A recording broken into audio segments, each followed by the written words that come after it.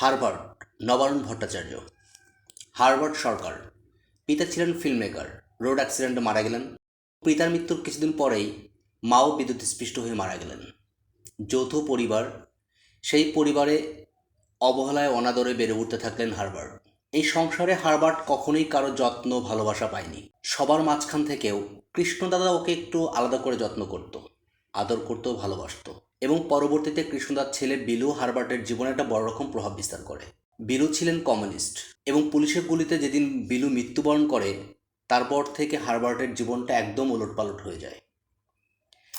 এবং তারপর একটা ইন্টারেস্টিং ঘটনা ঘটে। একদিন হারবার্ট খেয়াল করলেন তিনি মৃত মানুষের সাথে কথা বলতে পারেন এবং মৃত মানুষ তাকে বিভিন্ন তথ্য দিচ্ছে। আমাদের ভারত উপমহাদেশে মৃত মানুষ নিয়ে, মৃত্যু নিয়ে বিভিন্ন রকম বিজনেস চালু আছে। হারবার্টও বেঁচে থাকার তাগিদে শুরু করে দিলেন বিজনেস। তিনি মৃত মানুষের সাথে কথা বলতেন। সকাল বিকাল তার কাছে খদ্দের আসতো এবং সে তাদের আত্মীয়দের, মৃত আত্মীয়দের গল্প বলতে তাদের। সেই হারবার্ট একদিন সুইসাইড করে বসে। তার মৃত্যুর পর নবারুণ ভট্টাচার্য তার জীবন সম্পর্কে লিখেছেন, তার সামাজিক বাস্তবতা সম্পর্কে লিখেছেন নকশালবাড়ি আন্দোলনের কথা। আমাদের ভারতীয় বাংলা সাহিত্যে নকশালবাদ আন্দোলন একটা বড় রকম একটা জায়গা দখল করে আছে। কিছু কিছু লেখক আছেন যারা নকশালবাদ আন্দোলনকে একটা আলাদা উচ্চতায় নিয়ে গেছেন। নবারুণ ভট্টাচার্য তাদের মধ্যে একজন। এবং এই হারবার্টেও সেই নকশালবাদ আন্দোলন সম্পর্কে বলা আছে। যদিও এটা নকশালবাদ আন্দোলন সম্পর্কে না, বলা যায় যে নকশালবাদ আন্দোলন পরবর্তী সময়ে সমাজে তার প্রভাবের কথা আছে এখানে।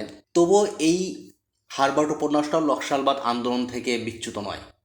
নবারুণ ভট্টাচার্য, যিনি কিনা এই মৃত্যু উপত্যকা আমার দেশ নয় কবিতার জন্য বিখ্যাত, তার এই হারবার্ট উপন্যাসটাও দারুণভাবে জনপ্রিয়, দারুণভাবে পাঠকপ্রিয়তা পেয়েছে।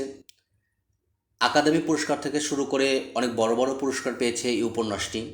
খুবই ছোট একটা উপন্যাস, মাত্র ৮০ পৃষ্ঠার একটা উপন্যাস, এক বসায় শেষ করার মতো উপন্যাস। আমি অর্ডার করেছিলাম মাত্র ১০০ টাকা দিয়ে এই বইটি পেয়েছি এবং এক বসায় পড়াটা শেষ করেছি। আমার বেশ ভালো লেগেছে। তবে যদি আপনার নকশালবাদ আন্দোলন সম্পর্কে, মাওবাদ, লেনিনবাদ সম্পর্কে বিন্দুমাত্র ধারণা না থাকে, তাহলে এই বইটা পড়তে গিয়ে আপনি একটু হোঁচট খেতে পারেন। তবে সেই হোঁচট খাওয়ার মাত্রাটা এমন না যে ওই অজ্ঞতা আপনাকে এই বইটা পড়া থেকে বিরত রাখবে। পড়ে ফেলুন নবারুণ ভট্টাচার্যের ছোট্ট এই উপন্যাসটি হারবার্ট। আশা করি হতাশ হবেন না, ভালো লাগবে।